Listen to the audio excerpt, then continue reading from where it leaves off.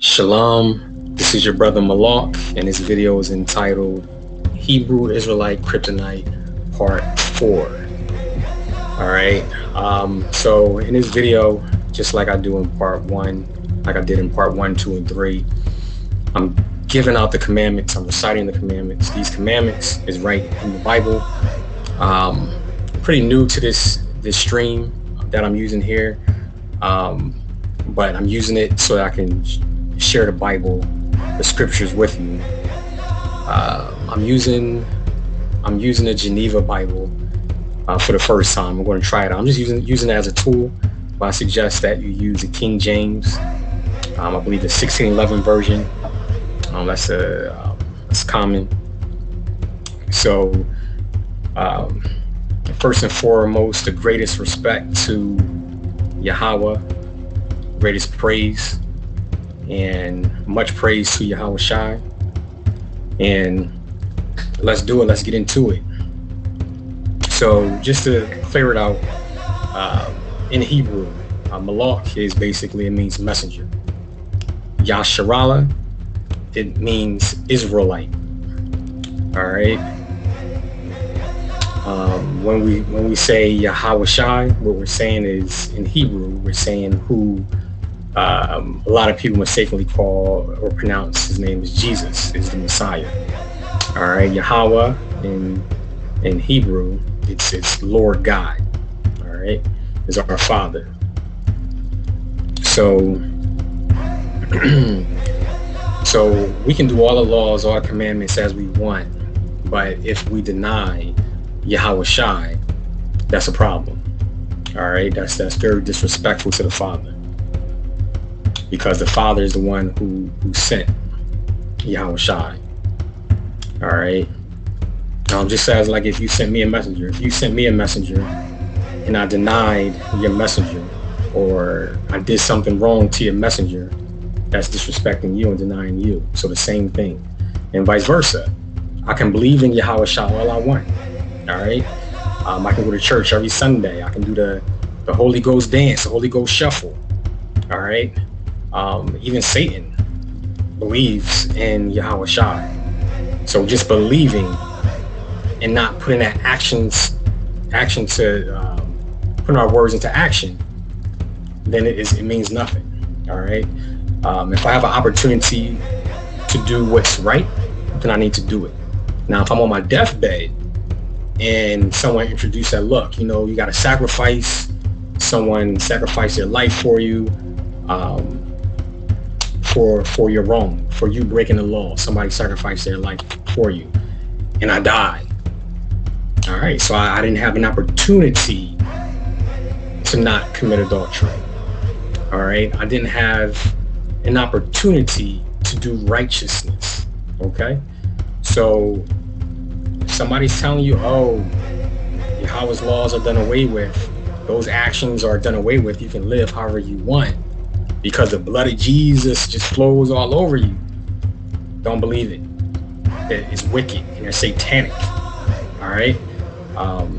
Some people don't know no better. Because that's what they were taught. Okay, that don't worry about God's laws. All right. But those laws are your laws. Those laws are for you. Those laws equals your success and your people's success. Okay. So keep the commandments. That's a problem. That's the reason why our people is in the situation that we're in. And Hebrew Israelite is not a religion. It's not a religion. All right. It's who you are based on Deuteronomy chapter 28. Okay. That's the curses that the Hebrew Israelites will go through if they continue to break Yahweh's commandments. Okay. If they continue to hurt their brothers and sisters, if they continue to make contracts, make deals with other gods, sacrificial deals with other gods. All right. So both, we have to do both. Of course, we have to believe any prophet, any great one, and Yahweh is the greatest. All right. If we deny them, then we deny the Most High God. So we have to believe and respect Yahweh Shai. and also our works is our actions, how we treat each other. Okay, a lot of us, coming out of we called it Christianity, but a true Christian is Christ-like.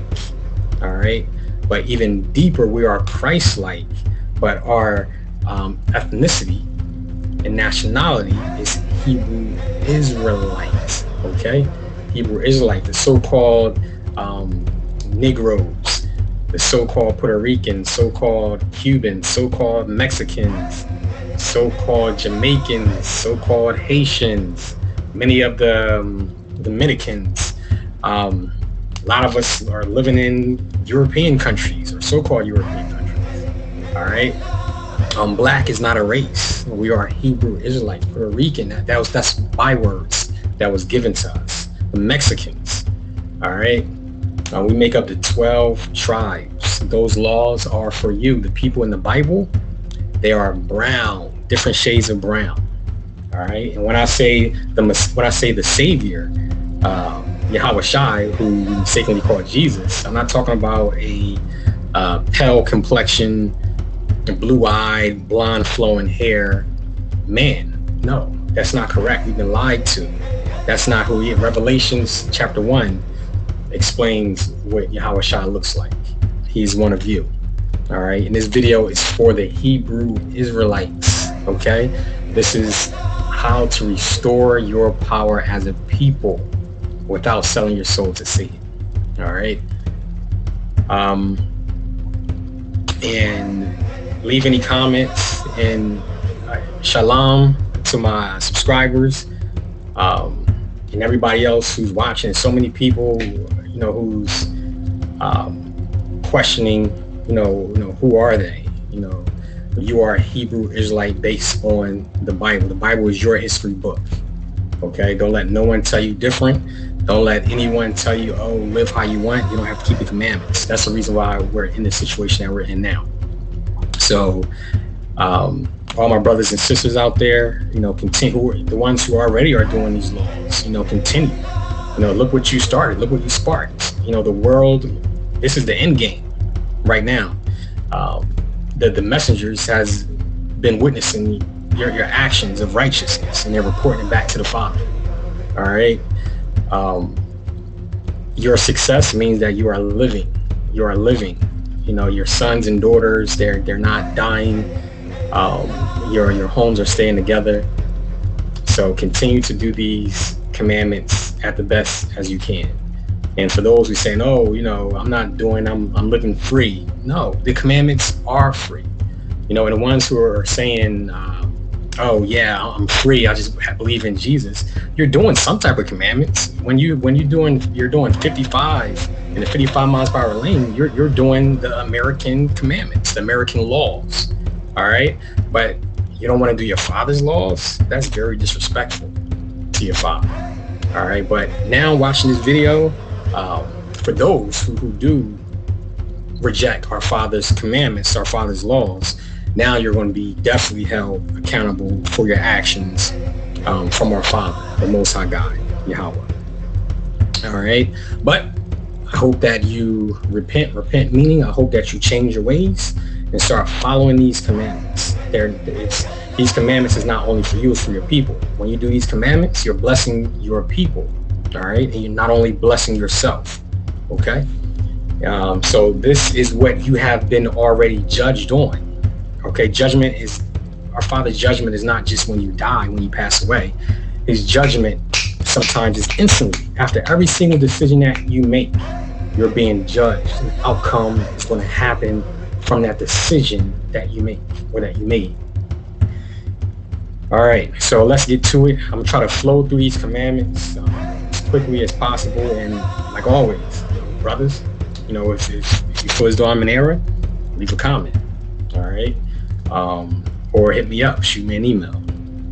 All right, I'm still growing, I'm still learning, just like we all. We all should never be in a point where we have so much knowledge that we're not able to continue to learn and continue to grow from each other. All right. So This is Hebrew Israelite Kryptonite Part 4. Your kryptonite is not keeping Yahweh's laws. All right. So this is going to be about marriage, divorce, and family. Okay. And this is how you're going to regain power. And a lot of us has already gained massive amount of power, and it shows in your life and also in your homes. So these laws start inside your homes. It trickles out to your block, your community, to your city, state. Then kingdom is yours. All right. So, and again, bear with me. I'm using this new program to share the Bible. All right. But if you have a King James, definitely read along, or you can look at the screen. So I'm going to see if I can share the screen here.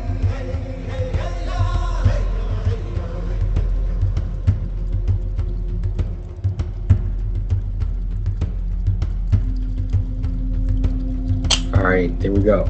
So we're going to go to Exodus chapter 20, verse 12. Exodus chapter 20, verse 12. And I'm just using BibleGateway.com. Exodus.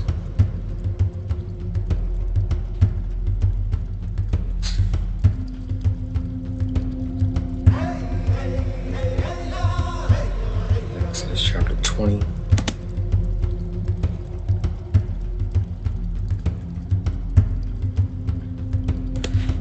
20, verse 12. All right. I hope y'all are able to see this. It's showing up. I think it is. All right. So Exodus chapter 20, verse 12.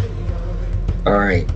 Remember, this is from the Geneva Bible, year 1599. We're just trying it out as a tool.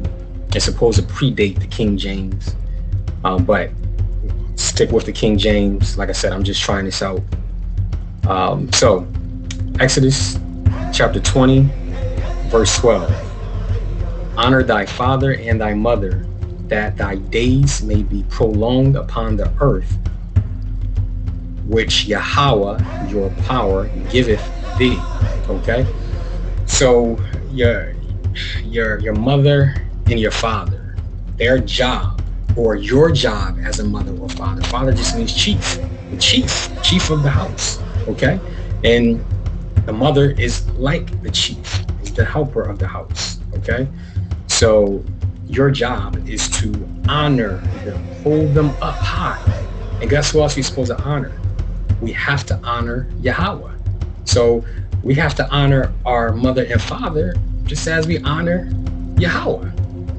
Why? Because they are the ones who teach us Yahweh's laws on how to be successful. Okay? They teach us how to maneuver righteously in life. The laws that I'm giving you today, that's what your mother and father. This is not talking about a wicked mother and father. This is talking about honor a righteous mother and father. So you must teach your kids this, okay? At a young age is the easiest. Right now, if they're in their teens, it should be easy. They should already be honoring you. That's should be like a common sense. But they have to honor you because you're the one who blessed them with this knowledge and information and a lot more other things, okay? So that, and it says, so that thy days may be prolonged upon the land. So you may be in a blessed land, okay? If you listen to the guidance of your righteous mother and father, that is a commandment, okay? So that's a commandment. That's what we have to, if you need to write these down, write them down, and continue to look over them and continue to teach these. This is your power, okay? Exodus chapter 21. Just want to hit that there. Exodus chapter 21, verse 15. Exodus chapter 21, verse 15. Exodus 21.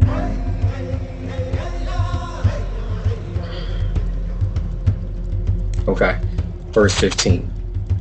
Also, he that smiteth his father or his mother shall die the death. That means that this is how Yahweh sees it. This is how the Father sees it. If you hit your mother or your father, whew, that's a sin. It's a heavy sin, and basically you get killed. Okay. Right now we're not in our land. We're not in the kingdom of heaven right now. All right. So if a kid, whatever, or if an adult that is 30 and they're taking care of their elderly mother or father, and they hit their mother and abuse their mother and their father, they may not get punished right now from Yahweh. All right. But the punishment is going to come unless they gain this knowledge and stop doing it, stop abusing their elders. All right. Who are righteous. Again, we're talking about righteous mother and father. Because when you see a mother and father, you're supposed to see the image of Yahweh himself. Okay, their style, their actions. All right. So that is a commandment. You cannot hit your mother and father. Exodus 21 verse 17. And he that curseth his father or his mother shall die the death. Whenever you hear the death penalty, just like in America's laws and commandments, there are a death penalty. Whenever you see the death penalty, it's something serious. Okay. Same thing with Yahweh. When you see you shall die if you do it, that's a big deal. And we are to think like our Father. So if it's a big deal to our Father, and he's commanding us for it to be a big deal to us, a big sin, then it needs to be a big sin. And sin means transgression of the law, breaking Yahweh's laws. All right. So that's verse 17. And he that curses, so cursive is basically you cause bad things to happen. All right. You cause bad things, you poison them, or you cause them to trip and fall down the steps, or you do something bad. You steal their credit card and max out their credit card, whatever it may be. Okay, that is bad. You can't do it. All right, because remember, righteous. This is talking about a righteous mother and father. Righteous mother and father has a spirit, has the mind of Yahweh. All right, verse 17. Again, if you need, write these down, because you most likely you'll be. Well, it's a commandment. You have to teach these to your children. All right, so that they can live a successful life. What is success? Excelling, being great as a people. All right. Let's go to Leviticus chapter 19, verse 3.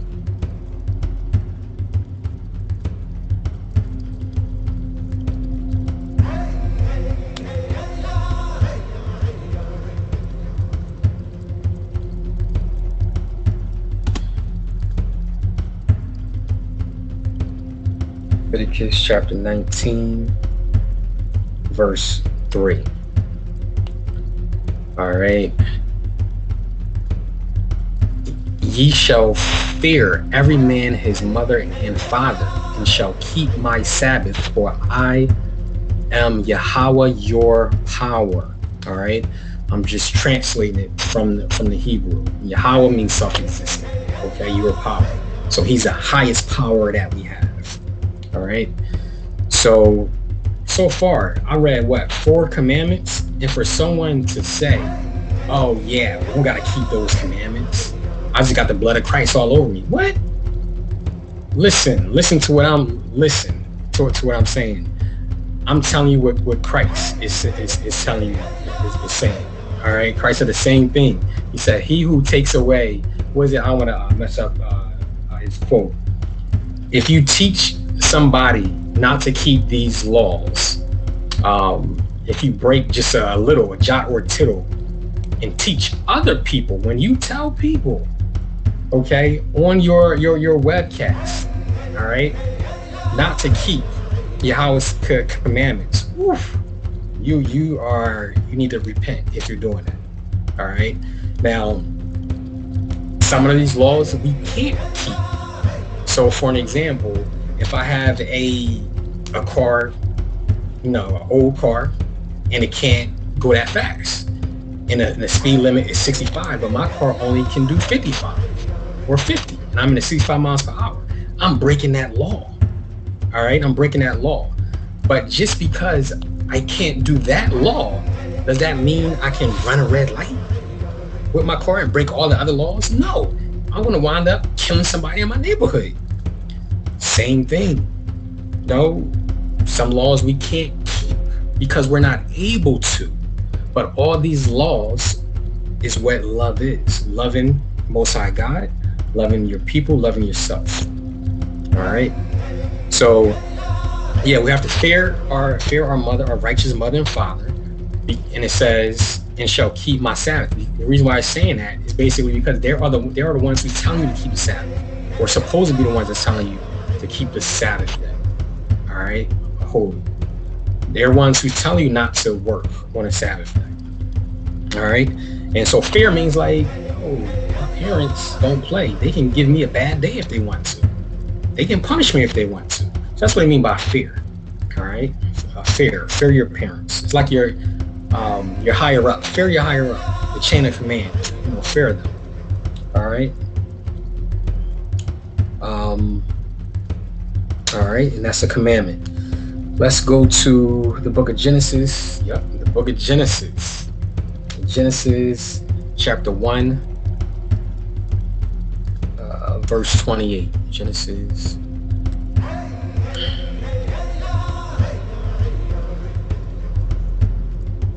Chapter 1, verse 38. Is it 38 or 28? It's 28, I'm sorry. Genesis chapter 1, verse 28. And our power blessed them. And our power said to them, bring forth fruit and multiply. And fill the earth and subdue it. And rule over the fish of the sea, and over the fowl of the heaven, and over every beast that moveth upon the earth. All right. And this is talking about everyone that stems from Adam. And that's a whole different subject. But when you break down Genesis, everybody didn't come from Adam. But that's a whole other topic. All right. When you read it carefully. But this is we are begotten, or we come from Adam. All right, we were the ones who made the deal. Deuteronomy. So back in Deuteronomy 28, that's a punishment for breaking the contract. All right, we are supposed to listen to our Father, and listen to Him was great. All right, in return, He is going to bless us and cause us to be great, above kings. Okay, into the land. And today, that's what's happening now. Okay, we're excelling now because we're learning who we are. All right, so verse 28. So what that breaks down, God blessed them, and this is a commandment. So bring forth fruits and multiply. How do you multiply? You multiply yourself. You become one. Two becomes one. Okay, 1 plus 1 equals 1, and that 1 is your child. Okay, that's when the sperm. The men, we have a lot of sperm, supposed to have a lot of sperm, and that sperm is the babies. So it's the men who carry the baby, okay? And with the sex, the sperm, the woman has an awesome pack of protein and vitamins and nutrition in that egg. And it's like a race, to impregnate that, to go inside that egg. All right, so that's our job, is to multiply and fill the earth and subdue it and rule over the fish of the sea. So to rule over the animals. All right, because you have not been doing your job in ruling and leading this land, this planet. Someone else has been. All right, somebody else has been. I guess for a long time, maybe the 1400s. And look at it. Look at the animals. A lot of the animals are extinct. Look at the water. The water stinks in most places. Can't even see through it. It's pretty bad. All right, and multiplying, we're dying. A lot of our people are dying right now, getting shot by other nations, other people. But it's changing. You are the change, and I just want to encourage all you men out there to not just hear this, but to do it and keep it. Keep these laws. Same as you sisters out there. Keep these laws and teach them. All right, this is your success when you do these commandments. All right, so that's a commandment. All right, are we keeping that commandment right now? No, we're not. It's like a domino effect. When you don't keep one or two laws, it starts to break the third one, fourth one, fifth one. And as you can see, it's more than just 10 commandments. All right, a commandment is anything commanded to us from our Father, the Most High. All right, now let's go to Deuteronomy chapter 23, verse 1. Deuteronomy 23, verse 1.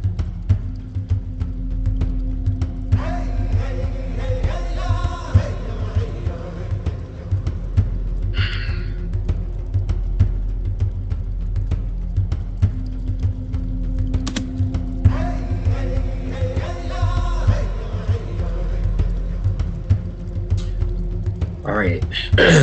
None that is hurt by bursting or that have his privy member cut off shall enter into the congregation of Yahweh. So congregation is like the assembly, is the people, the community. All right. So what Yahweh is saying is that any man that gets his penis cut off can't come into the assembly.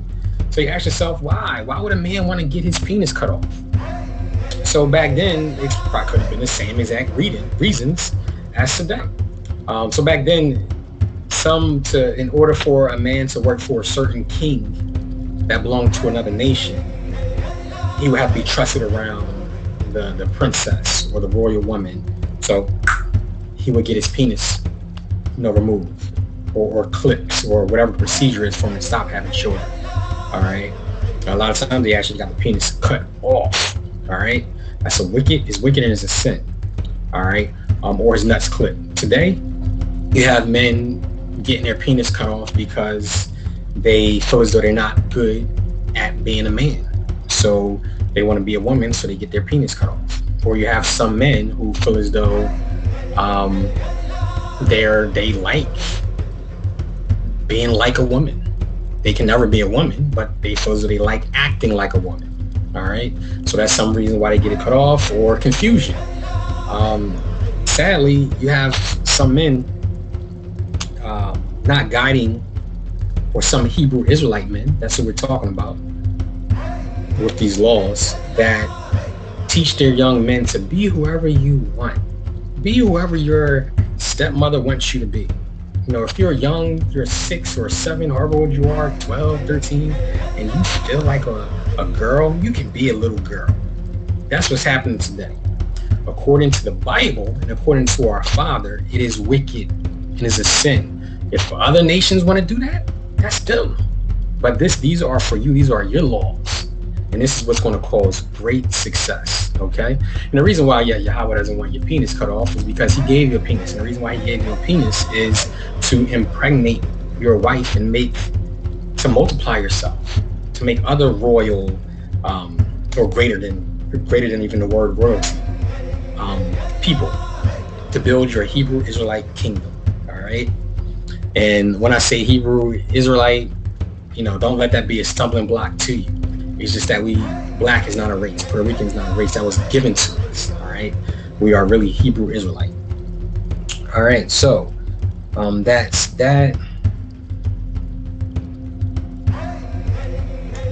Okay. And again, that previous verse was basically being a boss. Yahweh wants us to be a boss of the land and have everything beautiful and pleasant.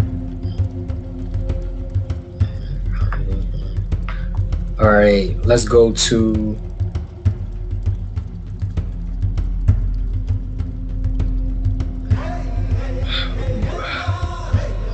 Deuteronomy chapter 23, verse 3. Verse 3 through 5. The Ammonites and the Moabites shall not enter into the congregation of Yahweh. Even to their 10th generation shall they not enter into the congregation of Yahweh forever. So a lot of A lot of the races, the names has been changed. Okay, so who are the Ammonites? Who are the Moabites? Okay, now this is the reason why he said they cannot come into the community, which is heaven. All right, the kingdom of heaven. All right, whether it's a foreshadow or a replica, it's a beautiful, pleasant place, and we make it. We make Israel. All right, that's what we make. We make that land. All right, the land doesn't make Israel. Israel makes the land. All right.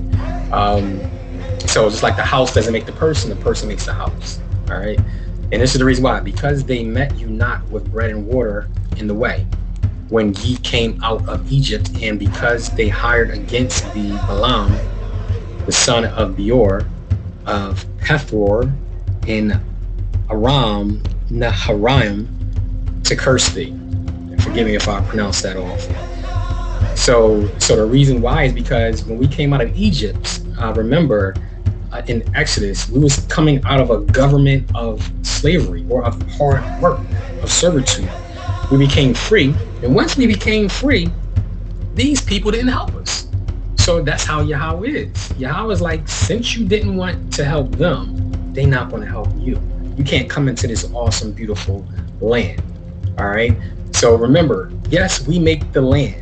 No matter where we are, we can make that land. But in the case of Egypt, we had to leave that government. We had to get away from them. All right. And then we were free to live these laws without any interference, supposedly. All right. Verse 5. Nevertheless, Yahweh your power would not hearken unto Balaam, but Yahweh your power turned the curse to a blessing unto thee, because Yahweh the power loved thee. So Yahweh allowed them to set up a trap, but that trap was turned. All right, and that trap was used as a great thing for us. So that's what that's talking about. Not only that they didn't want to help us, but they tried to cause us to be less than. Again, they try to cause us to not exceed to greatness. But we're designed to be the greatest nation, the greatest people. Even genetically, we're designed to be the greatest. Okay? All right, so we have that. Where are we? John. All right, let's go to verse 7. Deuteronomy 23, verse 7. Thou shalt not abhor an Edomite, for he is thy brother. Neither shalt thou abhor an Egyptian, because thou wast a stranger in his land. So to go back to this verse, what happened to the Egyptians? Our Father put pestilence on them, viruses and plagues, because the Egyptian government knew the truth on who we were. And instead of the government putting out that information on who we are, instead they wanted to put us back into, or keep us on that low level. So Yahweh started to punish them, but Yahweh didn't kill them, didn't wipe them out. Yahweh, yes, he did some bad stuff, some evil stuff, but righteous. He did righteous evil. What the Egyptian was doing, they was killing, if I remember correctly, they was killing our sons, the Hebrew Israelite women, that their sons caused them to kill them. So what Yahweh, the last blow, strike, Yahweh said, since you take mine, I take yours. But he didn't wipe all the Egyptians out. So back on this verse here, now this is saying, thou shalt not abhor an Edomite. So the question is, so abhor means like,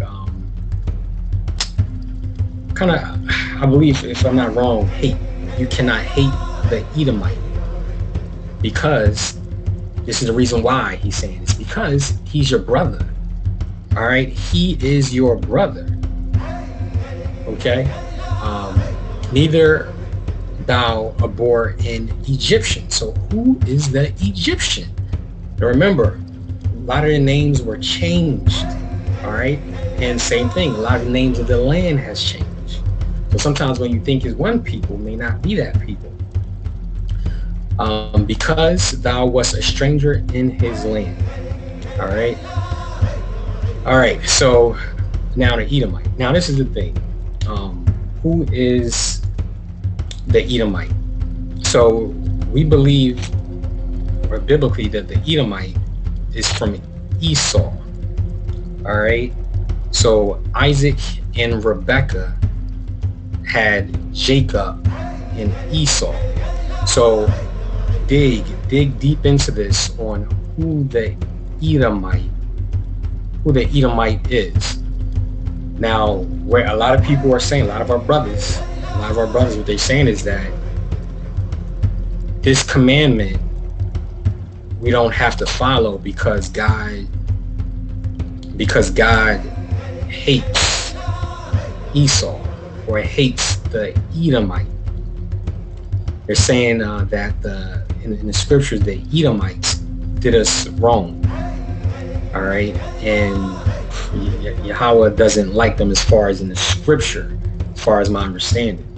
All right, but just because, and this is, correct me if I'm wrong, but just because our Father does something, it doesn't mean that we don't have to listen to what he says. So if I have a son, and for whatever reason, I hate my son, for example, but I tell my other sons, that's your brother, I'm gonna deal with him. All right, but don't forget, that's your brother. These are your people. Y'all are family. All right. You got to listen to what your father says. Unless your father says, you know what, I changed my mind, I'm going to give you a different commandment. And as far as in scripture, I haven't seen any different commandment that's commanding us to hate our brother. All right. Now, yeah, if somebody's doing wicked to you, if somebody is putting you into slavery, of course you can't, you know what I'm saying, you can't love somebody who's doing sin to you. You know what I'm saying? That's wicked, that's different. All right. So when you dig on who this Edomite is, you know, is this Edomite the Caucasian man? Is this Edomite the Arabian man? Is this Edomite the what do you call them, Ashkenazis? But don't let anyone shame you because you are digging and doing research and asking questions on who this Edomite is. All right, there's a lot of brothers who have videos out here that's explaining who Edomites are, but also do your own research. Okay, go back to Rebekah and Isaac. They said this Edomite came out red, and that Esau, that Esau and Jacob was twin brothers, same mother, same father. And scripture says Esau was a hunter. This doesn't mean somebody who can aim a gun and hunt. A hunt is like you playing freeze tag, you know, out in a yard, you know. And a hunter is that one that caught everybody, who was the best at that game, because he was physically better, and his mind was physically on point to hunt, and he just had that in him to hunt. So that's what Esau was, a hunter. We're not talking about somebody who can shoot and aim a gun. That's different. Hunting is physical. All right, it's a physical activity. All right, and this dude was hairy and he was red. Break down what that word red is. The complexion. All right, is it like a brownish red, or is it like when you hit a European, their face turn flesh and red, or is it red like Adam? All right, so dig for yourself. Okay, but even for those who are hating, another race, all right, but the most important thing that's going to save you It's not hating them. What's going to save you the most, and again, I'm not telling you not to hate somebody who's oppressing you. No, I'm not saying that. What I'm saying is that what's going to save you is keeping these commandments. All right, these commandments. And I believe this is the 8th commandment that we went over today. So that's what's going to, when I say save you, all right, when I say save, I mean that's what's going to cause you to get out of this state of hell. All right, is by keeping these laws. All right, this is family business. This is what these commandments are. These is for you, Hebrew Israelites. All right, and in doing this, we have Muslim brothers, all right, who are Hebrew Israelites genetically, who's watching this.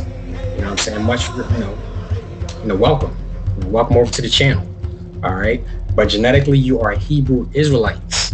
And speaking on Muslim, these laws right here, some of these laws you already keep, but this is where these laws came from.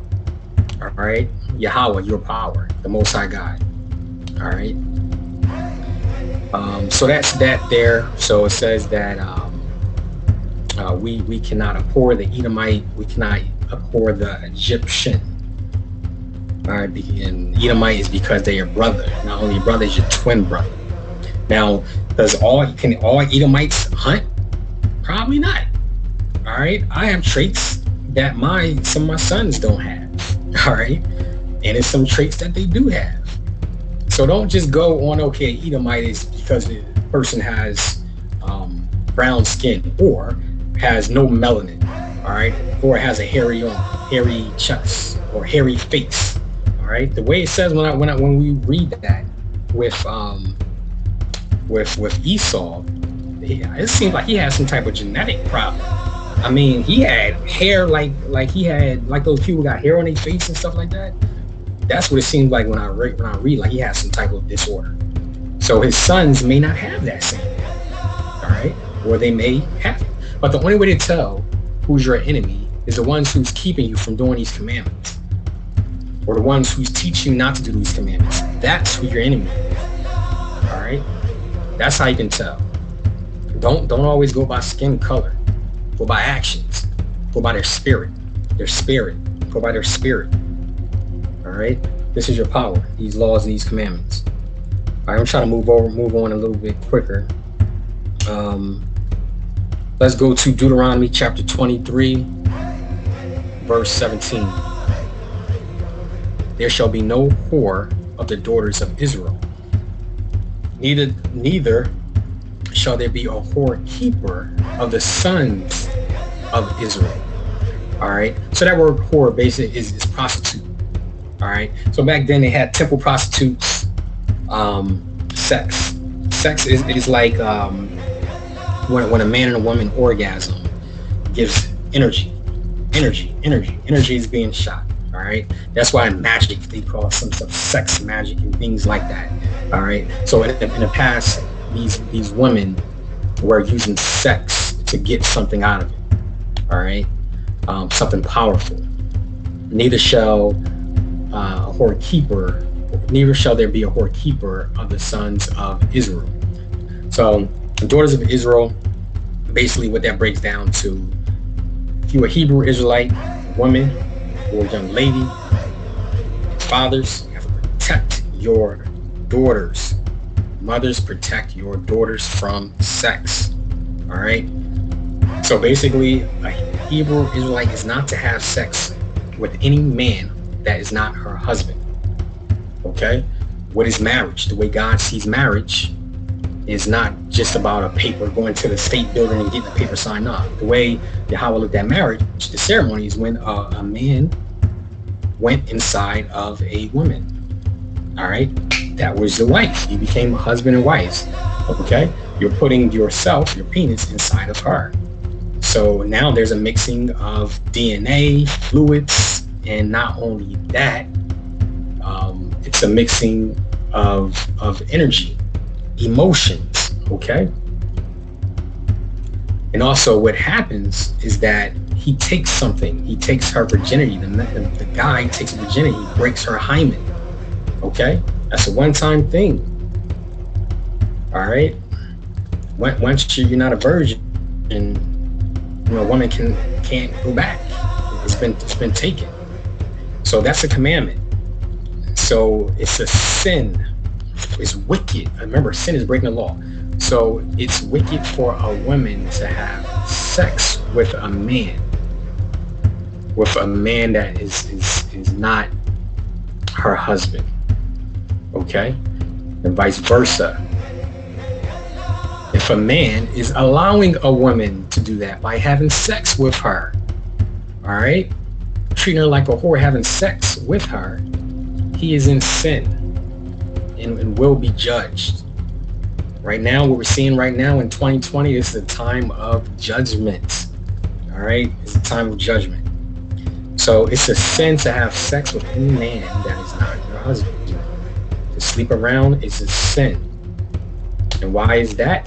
Because not just that it's a bad look for us brown people, so-called black people, Puerto Rican people, Mexican people.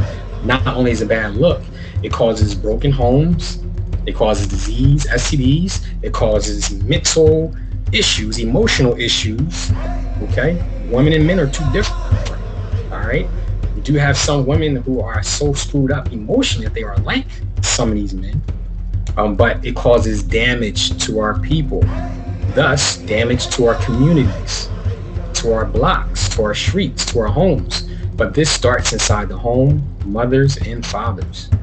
It starts inside your home. Okay? Starts inside your home. So that is your business. That is minding your business. Your children is your business. All right? The next door neighbors see something going on, with the neighbor's daughter, you need to speak up. You need to speak up. Talk to their parents. All right? If your son says he has a girlfriend, and he's not at an age, I'm not talking about a friend in school, buddy, sitting down, next to her in class. I'm talking about a relationship. That's a problem. That's a problem. Okay? There's no reason why a 13-year-old young man should have a relationship with a young woman, 13, 12. No. That could be a problem. You got to be in your child's business, okay? Be on their phone. You need to guide them properly, all right? Your community is depending on you to do your job as a parent, okay? This is a commandment. And the judgment, if you break this commandment, will be broken families, STDs, children without a father, or you're paying child support. The government is in your money. You are even a deeper slave than you were before. You may raise a monster. This is the outcome, what you're seeing now. And this is no disrespect, to our sisters, to our Hebrew Israelite women. But what you're seeing now is an outcome of breaking this law, or in these laws, period. All the Yahweh's laws. This is the outcome. When you're seeing on the news on World Star, when you're seeing all these baby mamas and baby daddies and stuff like that, this is the outcome. We didn't know the laws. We didn't know them. We was told just love. Okay? So I'm not getting on you because we were always here. I'm just telling you how important this is. Okay? Our world, our government, our people is depending on you to keep these commandments here. All right. So we have that. Let me just see I hope this is still recording. I'll be upset if it's not recording. Yeah, we still recording. Yeah, we're good. All right. All right. So where are we? Yep. And the same thing is wicked if you men are allowing this to happen. All right. So just like strip clubs are all fun and good until somebody gets hurt. What's going on in these strip clubs, a lot of these women are not just showing off their body. A lot of these women are getting that extra bag. They're getting that extra money by having sex with these men. All right. So if you are a keeper of a whore, if you are the ones who allowing it to happen, if you're a pimp, basically, it's going to come for you. Judgment is going to come. Sometimes your judgment doesn't come when you pass away. Sometimes it's instantly. All right? It's instantly. So this is your warning. Brothers and sisters, this is your warning. Your body is special. Special. Choose wisely for your husband. Choose wisely. Don't have sex. Sex is big. That's important. All right? When you giving somebody sex, you're saying they're worthy to be your husband. All right? You're saying they are worthy. They're going to be the one forever. And realize, when they're your husband, there ain't no turning back. There ain't no turning back. Unless he's sleeping with another man's wife. All right? Ain't no turning back. So choose wisely who you have sex with. All right? And protecting parents, if you're not protecting your daughter, your sons, that's on you. That sin is on you also. So spread this video. All right? And this is, once we do this commandment, success to our families. And this is happening right now. And for all the Hebrew Israelites who's doing these commandments here, keep it up. Keep it up. And for those who've been doing it for years and years and years, keep it up. Your daughters are special, your sons are special. We're different than the other nations. If the other nations want to sleep around, let them sleep around. But don't let them influence you. And also the rappers who sold their soul to Satan, who is singing, which is preaching, who is singing and teaching to have sex and sleep around, and just worry about the money, get the money. You know who I'm talking about, who's hot right now on the radio. We're radio stations, it's you. You're the one that's giving your voice to it. Yes, it's your record labels, but it's you, the one who are doing it. The ones who own the record labels, they're from the other nations. The ones who own the record labels now, the radio stations, the airwaves, what is it? Clear Channel. Come on now. If they're not going to, and matter of fact, so whoever owns Clear Channel, the record labels who's putting out these rap artists, if you're not Hebrew Israelite, don't use them to put out messages to have sex, and you're putting a beat behind it so they can dance to it, and you're making it, and they're making it catchy. Don't hire them. Don't sign a contract to them to hurt their people. All right, that's your warning from the Most High. And right now, this is the time of judgment. So all the record labels who is signing these artists out to hurt themselves by having sex with a lot of other people, and to do all these bad things, and to kill, and to do drugs, stop. Don't hire them. And for all the programs where to buy music and to buy MP3s, if you are selling them, stop. This is your warning. This is your warning from Yahweh. Stop. Judgment will come to you. Okay? Judgment, thus says the Lord. It's going to come. He has the power to give you a good day or a bad life. All right? No matter what nationality you are. All right? But the artists, you can't point your finger at the record labels. You are the ones who sign a contract because you want heaven now. You want the cars. You want the money. So you sell out your own people by encouraging the young ladies and the young men to break Yahweh's laws, to these bad things, thus hurt their communities. So this is your warning to all the hip-hop artists, to all the record labels, the applications that's selling these MP3s. This is your warning. But mostly, this is the warning to our Hebrew Israelite brothers and sisters. All right, thus says the Lord. Thus says the Lord. All right, so let's go to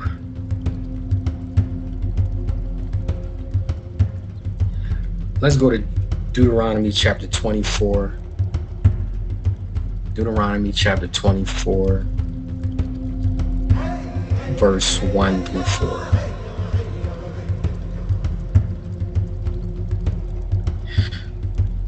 So this is the next commandment. So that commandment was you can't have sex unless it's with your husband.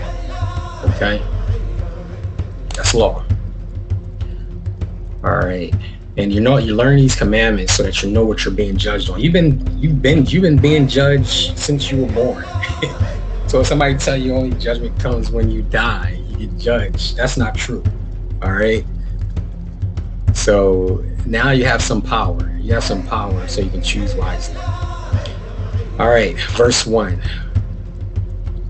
When a man taketh a wife and marrieth her, if so be she find no favor in his eyes, because he hath espied,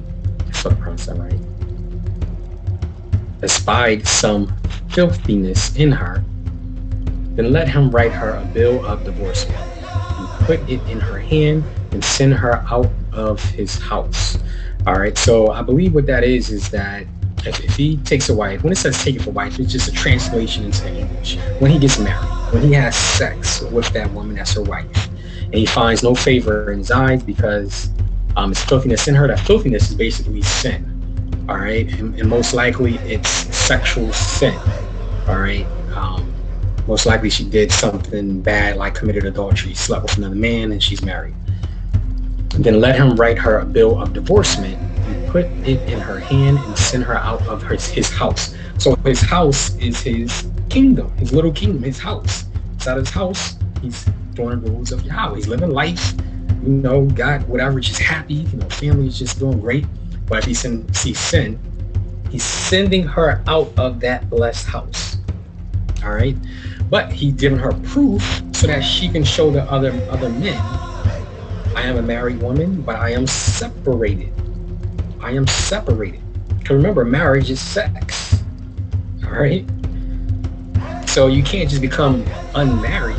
Well, I guess I'm going to show you how you become unmarried. But sex is the marriage. So what it's saying is that Yahweh is saying you can't just become unmarried, but she needs proof that she's separated.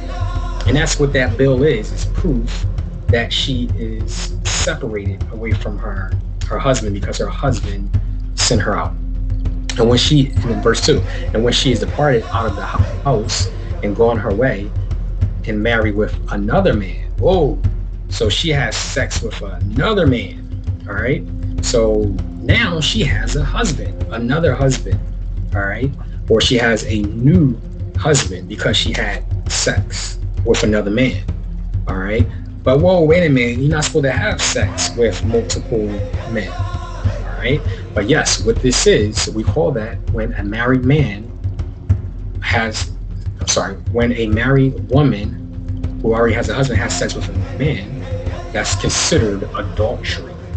So what happens with adultery? Different things come, different judgments come. All right. You may have now 2 baby daddies. You may have drama in the house. Yes, she's now married. She's remarried. So she's stuck to that man in a marriage bond, but she was once separated. So that separated wasn't the unmarried. It was when she had sex with that man, which would cause her to be now married to that man. Just look at it as like a beautiful soil, beautiful garden. And then you had the sower of the seed, the farmer. All right. He plants the seed. A woman is not supposed to have different seeds planted inside her garden. All right. And then departed out of his house and gone her way and married with another man. All right. So it's getting interesting. So, and if the latter husband hate her and write her a letter of divorcement and put it in her hand and send her out of his house, or if the latter man died, which took her to wife. So what it's saying is that now if the new husband is like, whoa, yeah, man, like she was sleeping around. I caught her. She was having sex with another man, committing adultery, whoever that sin is. He said, I had to let her go. So same thing, a paper proving, look, I'm a married woman, but I'm separated. So divorce. And it says, so she's sent out of his house, or if that husband dies. It says we took her. So let's see what happens. then the first husband which sent her away may not take her again to be his wife. After that, she is defiled. So what it's saying is that if she's divorced from that new husband, the first husband cannot take her back and put himself inside, because she's okay, how can I explain? She's biologically, she's adapted to another man, emotionally, mentally attached to another man. So that original man can't have sex. If so, then he is an adulterer. He is an adultery. All right, because that was, even though she's separated, that's a married woman. All right. Now, even if he dies in this situation, Yahweh said no. Even if that man dies, he cannot he cannot take her back as a wife. All right. Yeah, and that's, yeah, you can't do that. So he cannot have sex with her. And it says defiled. She is defiled, for that is abomination in the sight of Yahweh. And thou shalt not cause the land to sin, which Yahweh, your power, doth give thee to inherit. So this situation affects your community when this happens. All right. So you want to be in power. You're tired of being the lowest nation. You Mexicans, you so-called blacks, Jamaicans, Haitians, a great deal of Africans. You spread across the world. You want heaven. This is how you get it. All right. Stop trying to be like the other nations. You are, according to Yahweh and the scriptures, you are greater than the other nations. All right. And then verse 5. When a man, are we on 5? Okay. Yeah, so that verse 4. So that's that. All right. So don't, be careful with these divorces, sending your wife out the house. Be careful, men. Be careful. All right, because you just might make a wrong choice and get a new husband. All right. Then you got broken families. So many ways to have broken families. But this is what we teach our children, and this is what we apply to our lives. All right, I'm not sure how long we've been recording. All right, verse Deuteronomy 24, verse 5. And I'm going to make this a different color so it stands out. All right, so that's the law, that's a commandment dealing with divorce and separation. Be careful. Just because they do it, the Hollywood stars, all right, a lot of people, man, they do it and they show you that they do it because they want you to do it, because they have sold their soul to Satan. Who is Satan? Satan doesn't have horns and a red pajama suit and a long ponytail. Yahweh gave Satan dominion over this government, all right? So they're the ones, so they sell out. A lot of the Hollywood stars, they sell their soul, okay? They sell their soul for heaven, for the riches, for the fame. Just one of them gets heaven, but all of you gets hell. All right. Hell is a state. Hell is not only fire and burning. Yes, that's hell. Hell is a state of being, of what you're feeling, your emotions, where you're at. All right. A lot of us, we are in hell, just like Jonah was in that fish. And Jonah prayed to Yahweh, said, "I am in hell." He wasn't in fire. He was in a bad situation. A lot of our people were in bad situations. All right. So that's a commandment about marriage. All right. Don't play around with that divorce. When a man taketh a new wife, he shall not go a warfare, neither shall be charged with any business, but shall be free at home 1 year, and rejoice with his wife, which he hath taken. All right. So when you get a new wife, it's about causing her to rejoice, causing her to be happy, and you are to be happy for a whole year. You are to be happy, not to go to war, not to fight, okay, not to work. So if you don't need to work, for that whole year, you're supposed to live it up, travel, So remember that when you get a wife, before you lay up with that woman, remember that for that first year to save up your money. Maybe traveling. Maybe she wants whatever heels. Maybe she wants a new sewing machine to sew fringes on her dresses. All right. Maybe sew them on her shirt or whatever. Maybe sew your fringes. It's to rejoice for that whole year. Pay your rent up. Pay your mortgage. Maybe at this time, maybe we'll own our properties that's on our land. All right. So that's a commandment. That's a commandment. It's extremely important. Extremely important. For 1 year, your wife, you must keep her happy and rejoice. Not saying that even after that 1 year you don't, but especially for that 1 year, is for rejoicing, because the two is about to become one, and that one is the child, it's the baby, the sperm and the egg is about to become one. So that marriage, you're about to raise a righteous young woman, a righteous young man. So it's a time for rejoicing and to being happy. All right.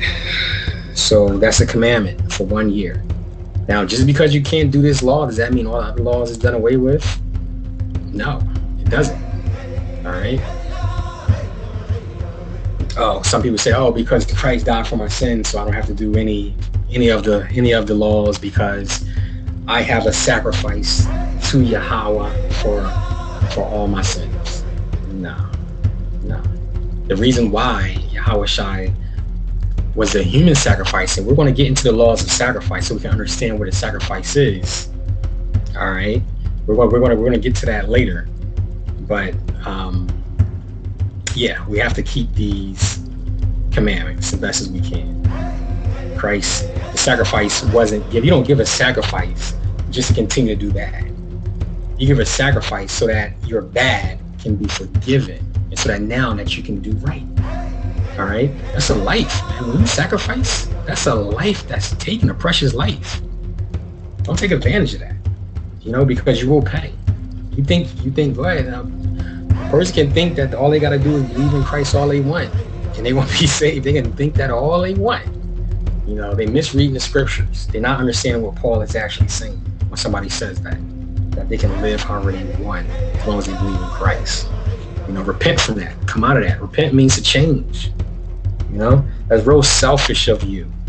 If there's anybody who doesn't want to keep the commandments, very selfish of you not to want to do good for your people and grow your people and grow your families by keeping these commandments. It's wicked. Shame on you, if that's you. All right, let's see. And much respect to all the ones who's watching this all across the world. Much respect to all the subscribers. Continue to keep these commandments and teach others and teach your children. All right, so let's see, where are we? Let's go to Exodus chapter 21, verse 10.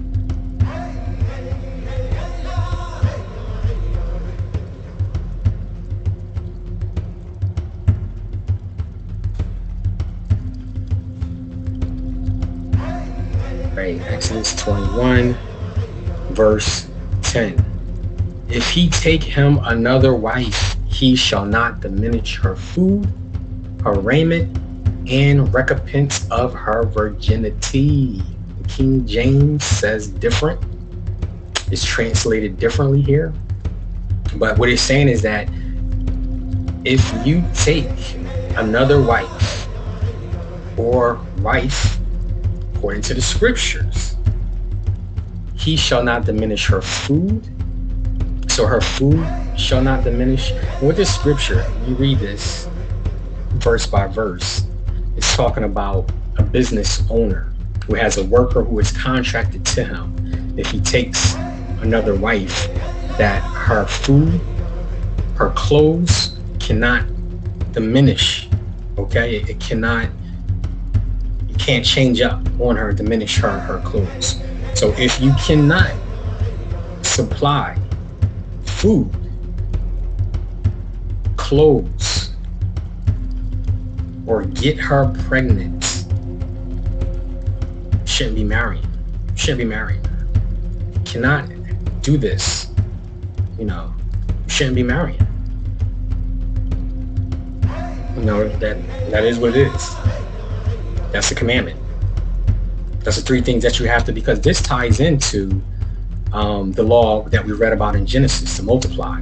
That's all. That's what the point of marriage is. Multiply. Yes, sex feels good, but out of sex comes a righteous young man, a righteous young woman. Because of you, because you taught them how to act, which is the commandments. All right. So that's what Yahweh is commanding us. That these three is what we have as a man.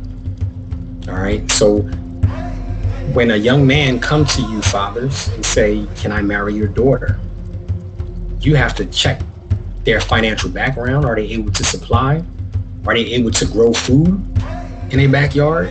You know what I'm saying? Are they able to work? Are they able to hunt? What can they do? Do they know these laws? That's your job before you give your daughter up, okay, to this man, to make sure that he has that. Is he able to have children? Does he have any other wives? That's a good question. Do you have any other wives that you take care of? Are you sure you can take care of my daughter also? No, you cannot. Or yes, sir. This is basically what I'm doing. This is what I have. I know all the laws. I can name 500 out of 613 off the head. And look at my background. Check my background. All right. Where does he live? Does he have a house? Fathers and mothers. Mostly fathers. This is what you have to ask and check. All right. He has to be able to take care. If your daughter, which is his wife or his future wife or whatever, he has to be able to supply these things. All right. If she doesn't want to work, say she says, "Look, I don't want to have to work for another man. All right. I don't want to have to work a job for another man. I'd rather stay at home and teach our children." He has to be able to say, "Okay, I'm going to provide for you so that you don't have to go into servitude, into slavery." When somebody tell you what time you got to wake up, what time you can go home. Oh no, you can't go home right now. You still owe me an extra hour. That's servitude. That's slavery. If you can't have your wife, or if he can't have your possible daughter to be able to stay home if she wants to, and if he wants her to, and work from home or take care of the family, the kids, if she want to just go shopping and travel, she should be able to, because he should be able to provide these three things. All right.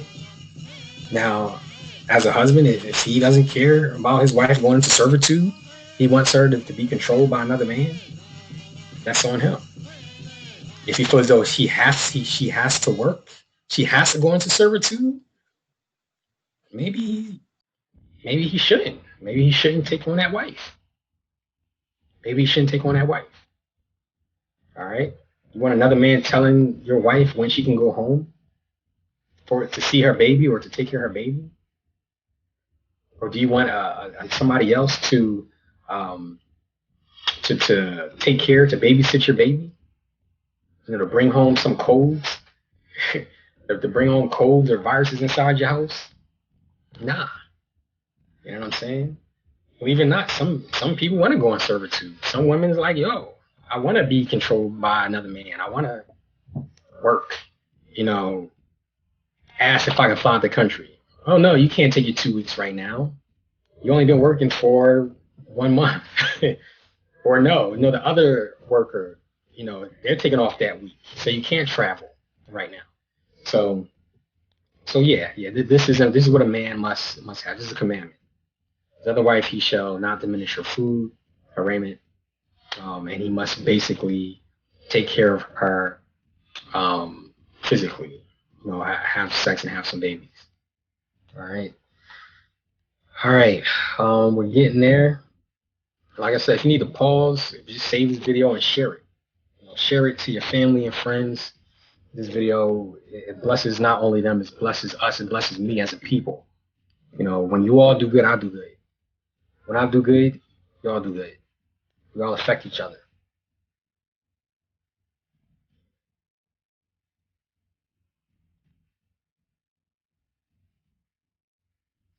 All right, so let's go to the book of Numbers, chapter 5.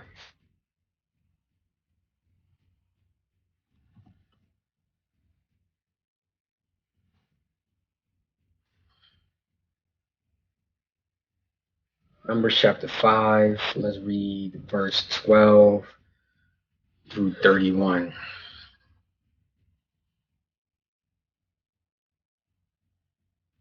All right, so what this is right here, what this is, I'm not going to read it, but you all read it on your time, on your spare time. But what this is, chapter 12, I'm sorry, Numbers chapter 5, verse 12 through 31. Okay. Before Yahweh used to come down to us, he used to come next to us, the Most High God. We used to see him. He used to come down. And the Levites, who are the Levites? Are they the Haitians? You Haitians that's watching this, are you the Levites? All right. These Levites were given the ability, or they were allowed to come in the midst of Yahweh and sit down and talk to him, and he would explain different things to him. And they would cook for Yahweh. They would do sacrifices. All right. Um, and we're going to get into the sacrifice because if I explain it, we don't have enough time right now for me to explain it. But we're going to get to the laws of sacrifice. You would think it's spooky. You would say, "Whoa, it's evil what they're doing. It's magic." But the Levites had the ability to get things done. All right, Levites. You don't want to mess with the Levites. The Levites knew so they had some power. They had some power to them. All right, from Yahweh, from the Most High, and he prayed directly to our Father, which is Yahweh. It was given his job. All right. Um, Levites were the cooks. Um, Levites mixed up different herbs as medicine. They lit up different because they would light up, make smoke, and if you breathe something, it's like consuming it. You're having it inside your body. But Levites don't mess around with the Levites. But if the Levites sin and the Levites fall, all of our people fall because Levites were the ones that you don't play around with. They could do some things like magical stuff. We'll call it magic, but the Levites don't play with the Levites. All right, that's how they were. But right now they are falling. A lot of them still know some stuff.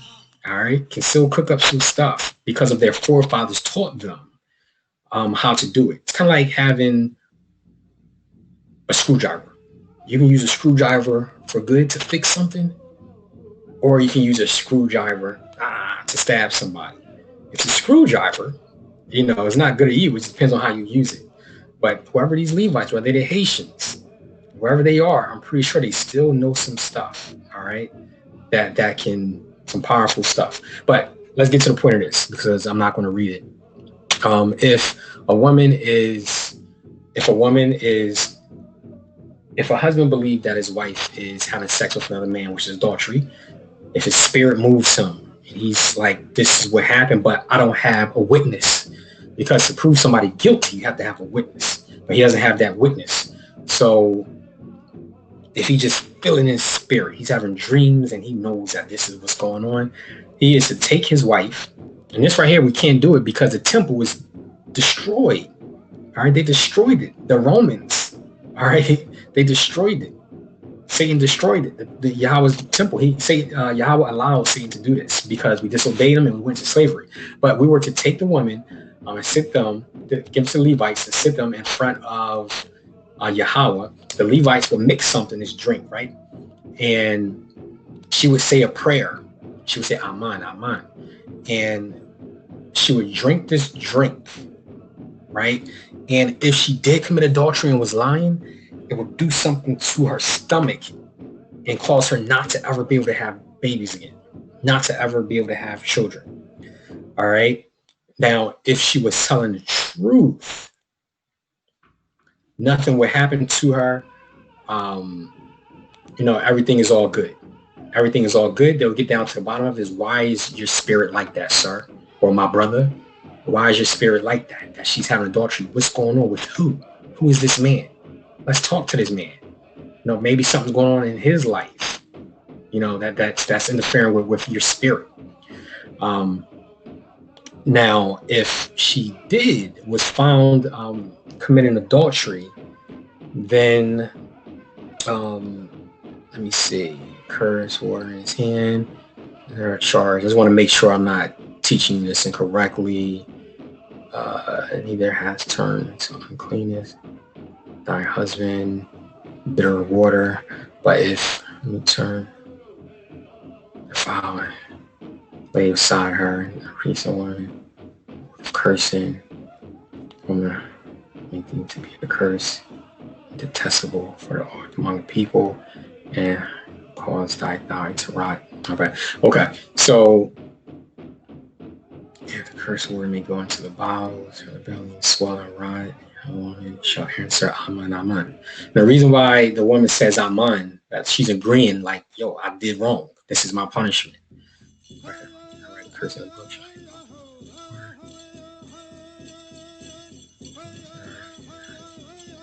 Jealousy offering. Okay. Create show. Jealousy offering. So you have different types of offerings or sacrifice. That's what we're going to learn about.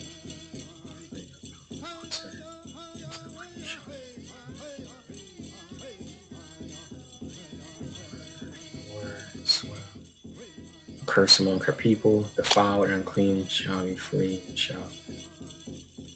Okay, so yeah, so she will be punished. She will be cursed. Now, if she didn't do it when she drunk that stuff, she will be able to bear a child. She'll be able to bear children. All right. So when a woman can't conceive a child, all my suggestion is, if you found that righteous husband and you can't conceive, I would just say, I would ask for forgiveness. Yahweh controls everything. Maybe it's something that you have done. Maybe it's something that you haven't done. But that's keeping some of the commandments to have children. It's a blessing to build your kingdom up. It's an awesome thing. All right. Now, if her husband, continues to blame her and accuse her of this, and that's a problem. She would have to go in front of the judges. Now, unfortunately, we don't have this system because Yahweh haven't came down, as far as I know. I haven't seen him. Hasn't come down to talk to us. All right. And to keep things in order. And our judges who are our judges? Where y'all at? Where are the Hebrew Israelite judges to keep these laws in order? All right. But this right here, we don't know how to do this. All right. Are the Haitians the Levites? What's going on, Haitians? What is this that they're talking about? All right, doing right here. Are you guys the true Hebrew Israelites, the Levites, the Haitians? Haitians, are you the true Levites? All right. When I say Levites, there's 12 tribes of Hebrew Israelites, 12 family groups. Be free from sin. We shall bear. Okay. All right. So we read that. Let's go to Deuteronomy chapter 22, verse 13 to 21.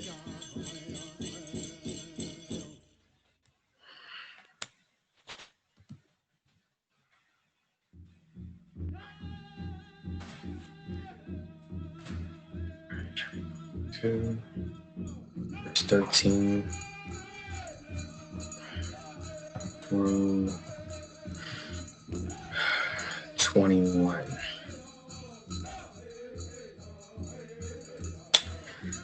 All right, so it's a sin to lie on your wife and say that she is not a virgin. It's very disrespectful and is rude. All right. And it's disrespectful to her father and to you fathers. It's disrespectful because as a father, we spend all of their life protecting them. All right. from wicked men, all right, or wicked young men. So for her husband to say that she is not a virgin, and is lying is very disrespectful, and it's a wicked, and his wickedness is a sin. So let's read about it. All right, we have Deuteronomy chapter 22, verse 13. If a man take a wife, and when he hath lain with her, hate her, and lay slanderous things unto her charge, and bring up an evil name upon her, and say, I took this wife, and when I came to her, I found her not a maid. Then shall the father of the maid and her mother take and bring the signs of the maid's virginity unto elders of the city to the gate. So what it sounds like, this brother don't want to be married anymore to her, don't want to take care of her anymore. So he's saying that she's not a virgin, or she wasn't a virgin. Whatever reason, he changed his mind. Seemed like he changed his mind. So the parents must have said, for bring the signs of the maid's virginity.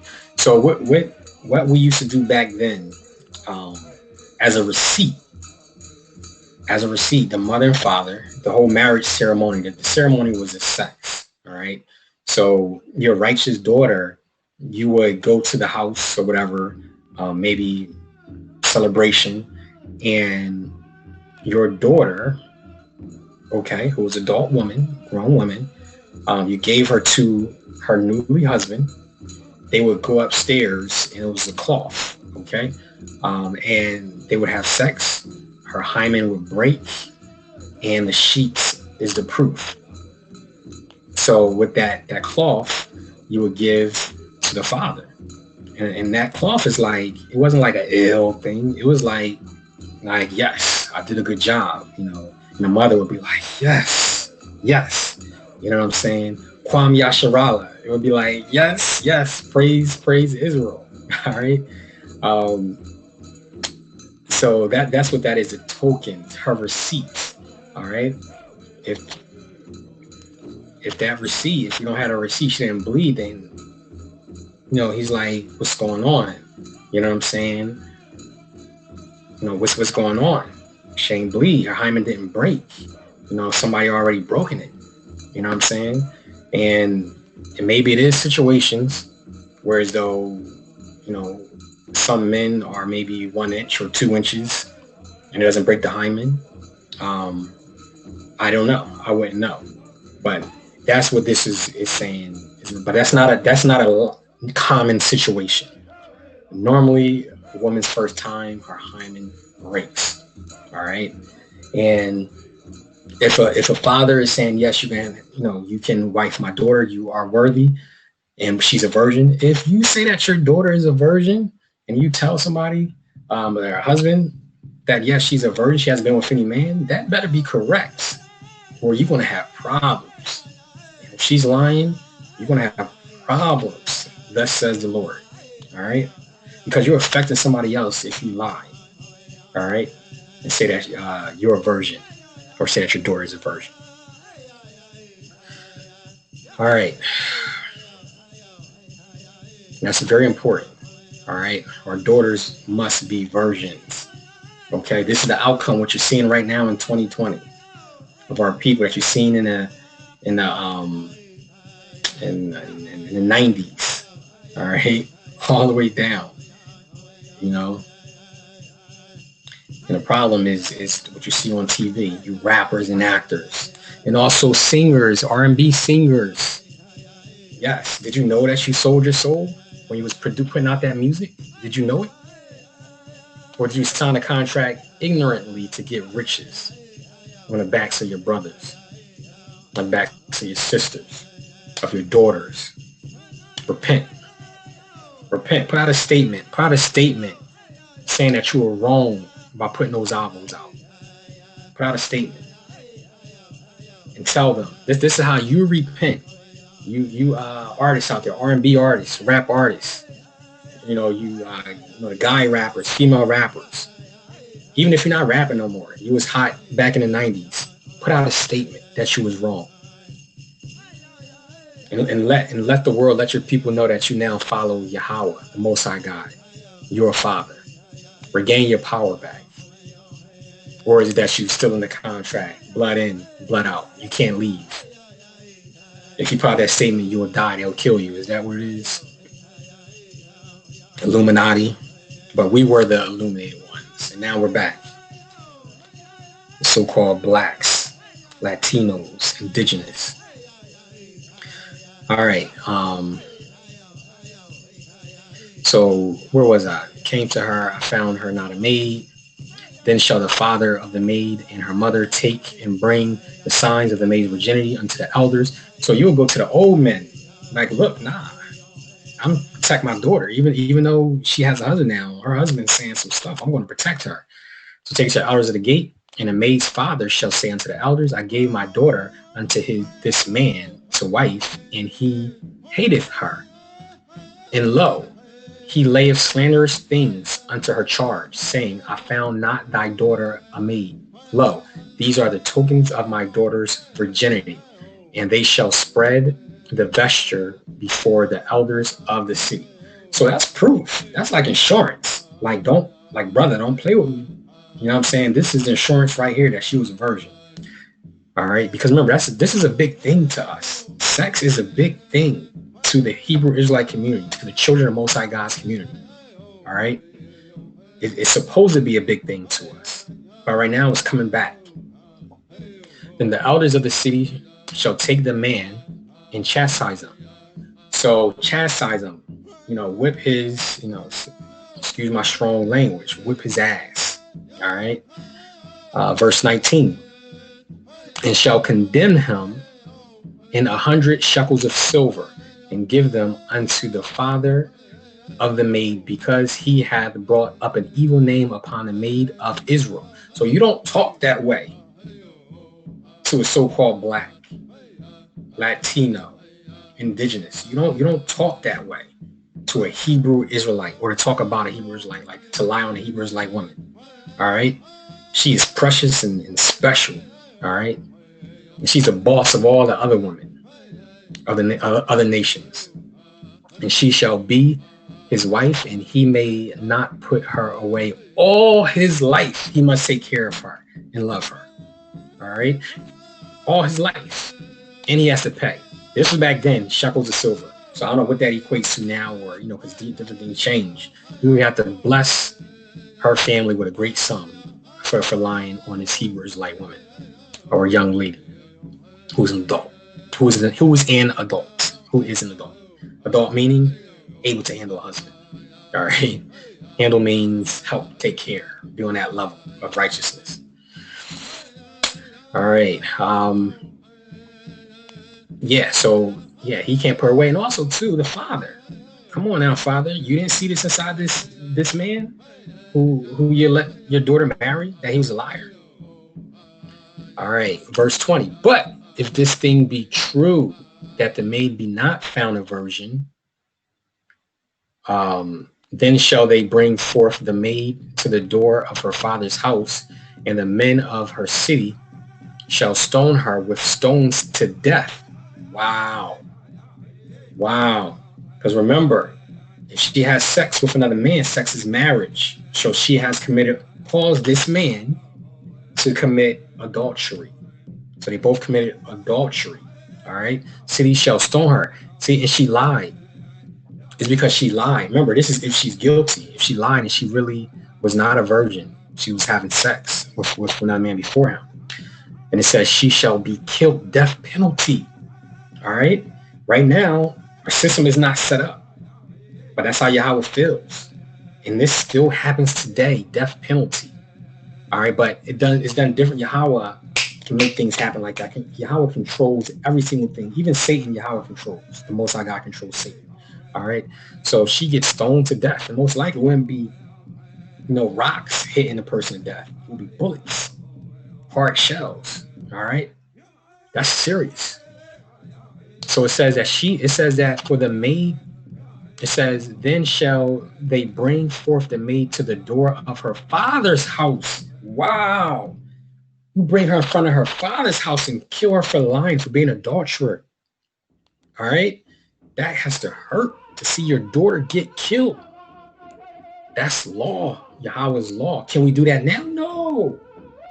No. But our minds has to be like that. All right. Because Yahweh's mind like that. He wants us to think like that, to hate adultery. A woman is not designed to be passed around. Come on. A Hebrew Israelite woman is not designed to be passed around. And the men of the city shall stone her with stones. Okay, so the men of the city shall stone her with stones, for she hath wrought folly in Israel by playing the whore in her father's house. So by having sex with different men in her father's household. So this sin, when you allow your children, whether she's 18, 19, 20, 13, if you're allowing them to have sex in your house, that falls on you, mom and dad. All right? Imagine that. That falls on you. All right? By playing the whore in her father's house, so thou shalt put evil away from you. Put evil away from you. So that's evil. Evil when a woman sleeps around. Evil when a man is sleeping around with a woman. All right? And not taking on responsibility for her. It's evil. All right. What we got? Deuteronomy chapter 22, verse 22 through 24. Now, this is what adultery more. This is what adultery is. This is the true definition of adultery. The adultery definition that we have here in America, it's not the true definition of adultery. All right. Here we go. Verse 22, if a man be found lying with a woman married to a man, if a man be found lying with a woman married to a man, then they shall die, even both twain. That's adultery. Adultery is when a man has sex with a woman who already has a husband, And it says, if a man is found lying with a woman married to a man, then they shall die, even both twain. To wit, the man that lay with the wife, and the wife, so thou shalt put away evil from Israel. So Israel, that's your community. That's your government, your body. All is one. All right? Your neighborhood, your city, your state, that's you. All right? You're now in servitude, so-called Black people, Latino people. You're in servitude, Hebrew Israelites, in another nation. All right? This is not your nation. This is not your nation. Our great brother, Martin Luther King, believe it or not, he repented with that statement, with that I Have a Dream speech. I never knew it. I believe he came out with a video. It was all over YouTube. Hopefully you can still find it. He says he regrets integrating us into the American government. All right. Unfortunately, you all are in American government. But remember, the land doesn't make the people makes the land. So what Brother King, was supposed to point us to our laws. This is the contract, all these commandments. This is what's going to bless us. When we do right, we get right from our Father, from Yahweh. All right. So yeah, you got to put it away because it affects because what Yahweh is saying is that it affects our whole community. It affects our whole community. All right. If somebody say they're a man of God, then they are about their community. They're about their neighborhood. If somebody's saying they're a man of God, but ain't about their community, they saying, oh, you don't got to keep these commandments. You can act the way you want to act. But, pay your tithes. Come on now. Don't trust them. They're wicked. All right. And when I say about their community, teach these laws on how to act, not just be a politician. That's different than teaching laws inside your community. So death penalty, that's how Yahweh sees it. We are punished severely for this right now. Some of us, we don't get a death penalty right then and there. We get punished when we die. A lot of us, yeah, when we commit adultery, when we take another man's wife, yeah, right now, we get punished for it. All right. Um, Verse 23. If a maid if a maid be betrothed unto a husband, and a man find her in the town and lie with her, then shall ye bring them both out unto the gates of the same city, and shall stone them with stones to death. The maid, because she cried out, because she cried not, being in the city, and the man, because he hath humbled his neighbor's wife, so thou shalt put away evil from among you. So back then, your neighbor was your people. That was other Hebrew Israelites. When it says your neighbor, that means your people. This right here is your world. World means government. Okay? Your nationality. That's what the word world in Hebrew breaks down to. All right? And get a concordance and start breaking down these words. Try it.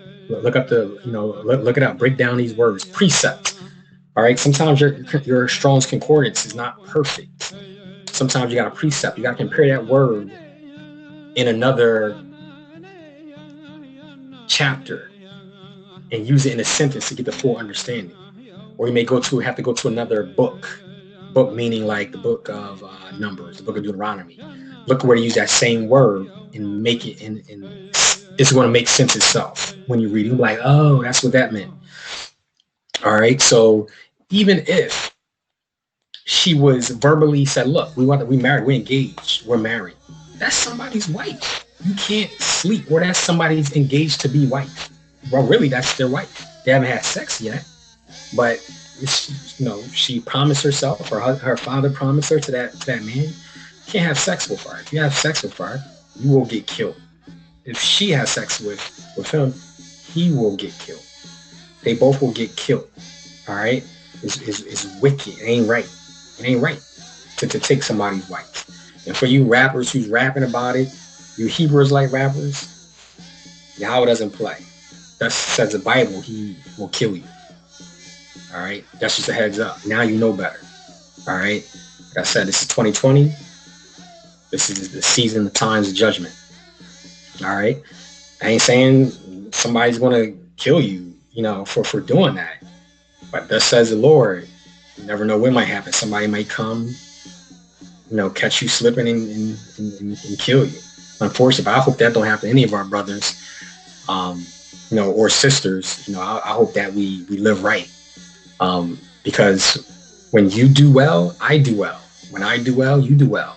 That's what a body all is one. It's together. That's what a community. All right. It's all together. It all works together. All right. So yeah, I hope no one is judged in that manner. I hope that there's repentance. If there's anybody who's doing that, Yahweh's merciful. I'm surprised that you've been doing it this long, and I hope that you repent, stop doing it. All right.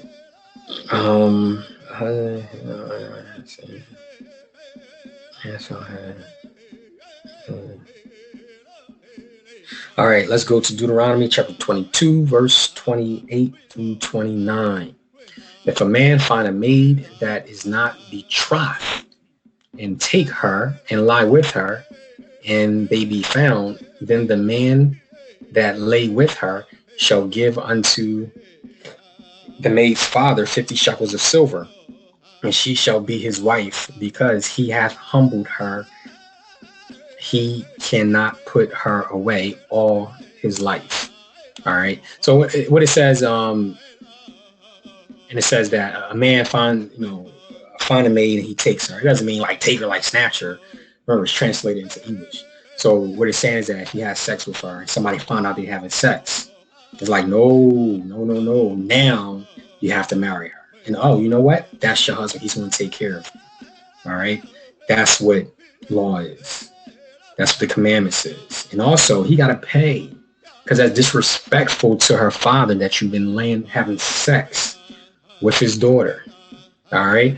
Lucky it's against the law for this father to kill you. All right. For having sex with his daughter, whether she's 21, 29, as long as she's under her father's roof, That's disrespectful to her father. Father, okay, 50 shekels, and that right here is change. Like it's if that was nowadays, it probably would be a much greater sum of money that's due to her family, to her father. And she shall be his wife, because he hath humbled her. He cannot put her away all his life. And you know what? All his life, I don't care how she treats you. Like, no, I can't say. I'm not gonna say that. But he can't put her away all his life. All right, he can't put her away all his life. Um. So yeah, yeah. That's sex. That's how serious sex is. That's how serious we have to see sex is. So, in order to break us, our families, we have to be taught that these laws does not apply to us. All right. Don't let nobody tell you. Don't believe it if they do tell you. This is the reason why we're being punished as a people, because we break and have been breaking these commandments. This is the reason why we're starting to excel rapidly, because now we are keeping these commandments. We are doing them. All right. So what we learn is that um, sex is the marriage. Sex is what real marriage is. All right. When the penis enters the vagina. All right. So a woman, scripture, if a woman and a woman is trying to get married, it's not possible. It's not a marriage. In Yahweh's laws, she does not have a real penis. So no, that's not your wife. Um, it just is what it is. No, America may say it's your wife, but Yahweh, it ain't your wife. You don't respect that. That ain't your wife. That's just a woman who's controlling you as if she was a man. All right, controlling your life. All right. You know, if you have a friend who is a female, all right. You know what I'm saying? That's cool. If you got love, there's nothing wrong with loving. If you love the woman, if you love the other female, that's cool. Love, real love. This is all these commandments is love. All right, cool. You know, but if you're trying to say, "Oh, that's my wife," and trying to control her from not getting a husband and multiplying, that's where the sin is. That's where the sin is. But two women cannot be um, wife and wife. It's not possible. She doesn't have a penis. They cannot be married. Um, Vice versa. A man and a man cannot be married. Unfortunately, to you. I mean, if that's what you're doing or you believe, you know, but it is what it is. It's not according to scripture. That's not a real marriage. Your marriage is fake. It's fraud. It's not real. Never will be real. It takes a vagina and it takes a penis. Sex, that is the marriage. All right. All right. So we have that. Okay. I think we might be done. Okay, and we went over what adultery is. So, true definition of adultery: a man is in adultery is when he has sex with a woman who is already married. That's adultery. A woman is in adultery if she has sex with a man when she is already married. Simple as that. That's what adultery. If a man is taking care of two wives and is married to these two wives, that is not adultery. According to scripture, that is not adultery. All right. And why would a purpose? Why would a man have two wives? To multiply, read the Bible, to multiply himself, to build the kingdom, to build other righteous people, other righteous Hebrew Israelite children, to build them up and to raise them. All right. Oh, is it a commandment for a man to have two wives? No, it's not a commandment. Is it a commandment for a man to have one wife? No, it's not a commandment. Oh, I'm sorry. Is it a commandment for a man to only have one wife? No, it's not a commandment. It's not a commandment for a man to have two wives or three wives. All right. Remember what we went over, those commandments, what a man has to supply in order to even have a wife. All right. You don't get married to suffer or for your wife to suffer. All right. Okay. Let's go to Deuteronomy 25, verse 5 and 6. Deuteronomy, are we in 25? Nah, so Deuteronomy 25.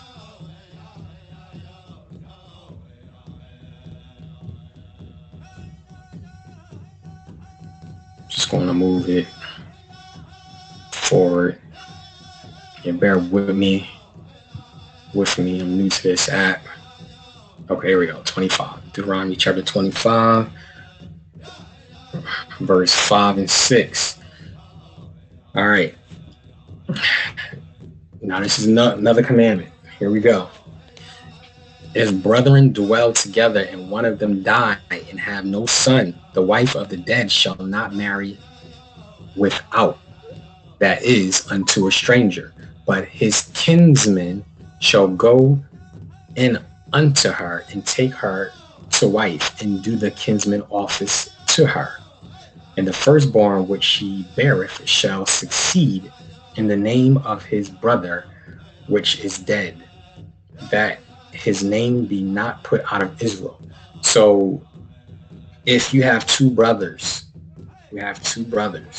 and the one brother married a woman and they didn't have children. So he wasn't able to produce. He died. He passed away, and he wasn't able to produce children with her. Okay. Before she marries a stranger outside of the family, the brother of the deceased brother has to take that responsibility and take care of her and bless her with a child. All right. Doesn't matter if he says, "Oh, you already have a wife." Nah, that's law. You have to. And when y'all have that first child, that child receives everything that receives everything that his deceased uncle has. All right. And he's going to keep that name going of the brother who passed away. All right. So, it's new. It may seem new. Our American law never taught us this, but it is what it is. If you have a brother passes away, and you living with that, not a strange brother, a stranger. If that brother is inside your community, he's inside your home, he's righteous, he's keeping the laws. That's his responsibility to take care of her. That's the duty of a brother. All right. That's your brother's duty. So that's another thing. You fathers, before you allow your daughter to marry, who's your brother? Let me meet him. Come over. Let's watch TV. You want to watch the football game? Let's watch it. Oh, you want to come see my daughter? All right, let's all come. You come, we all sit together. Let's all watch the game on the couch, all three of us. All right. So that's information. You got to ask. You got to do research,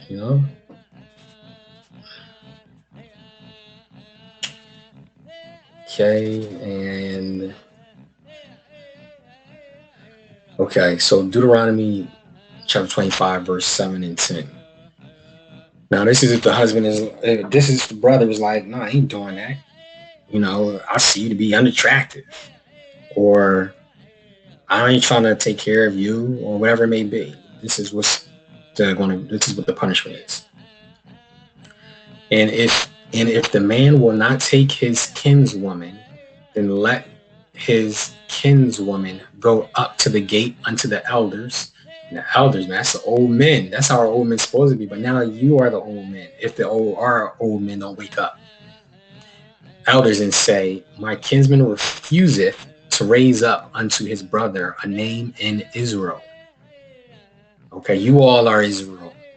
the real Israel. Were they saying the place in Israel right now? That may not even, the name's been changed. It may not even be the original Israel. Who knows? The original Israel may be deep inside of Africa. Who knows? Israel, if you look at the plains of America and all the continents of Africa, they all, if you bring them together, they all fit together like a puzzle. So who knows? Maybe original Israel, the northern kingdom, southern kingdom, maybe it was all spread up.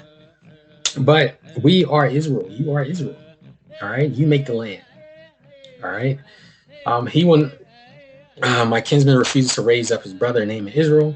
He will not do the office of a kinsman unto me. Then the elders of the city shall call him and commune with him. If he stand and say, I will not take her, then shall his kinswoman come unto him in the presence of the elders and loose his shoe from his foot. Whoa, what kind of tradition is that? Loose his shoe from his foot and spit in his face and answer and say, so shall it be done unto the man that will not build up his brother's house. And his name shall be called in Israel the house of him whose shoe is put off. All right, so she goes to the elders like, look, he don't want to take care of me. This is what it is. So if that man refuses, then what she does, she takes off his shoe. That's a big sign of disrespect. And then spit in his face in front of everybody. All right, spit in his face. And as you know, as Hebrew Israelites or as brown people, minorities, we don't like to disrespect. Like, don't disrespect. And look what's happening. And he shall be called in Israel the house of him whose shoe is put off. All right, so that's kind of like, that's the only word I can think of. But that's what this means. The house of him whose shoe is put off. You know what I'm saying? All right, so that's it. That's what we have. If I miss out anything, or if you have any comments, please feel free. And the reason why I tell you to subscribe is so that you can continue to get these videos. All right. Hopefully you're not seeing any commercials because there's no payment. It's not set up to get paid off of these pages, so you shouldn't be seeing any commercials. But I hope everybody enjoyed. Please spread this message. Comment. Hit me up. And keep on doing these laws and commandments. This is the key to heaven. This is the key to success. Right here. It always was. Yahweh or the Most High Father had us on timeout or on punishment. But timeout is not forever for your children. All right. Soon they get out of timeout. And right now we're getting out fast. We're coming out of timeout very fast. But these are your commandments. And those who are breaking these laws, who are signing contracts to hurt your people, Most High, this is your warning. Stop. Judgment will come to you. This is your warning. It will come. Spread this message. Repost this video. Post it to your social media or make your own. But spread the commandments. Recite them. Read them. All right. This is your brother. This is Hebrew Israelite Kryptonite Part 4. And this is your brother Malak.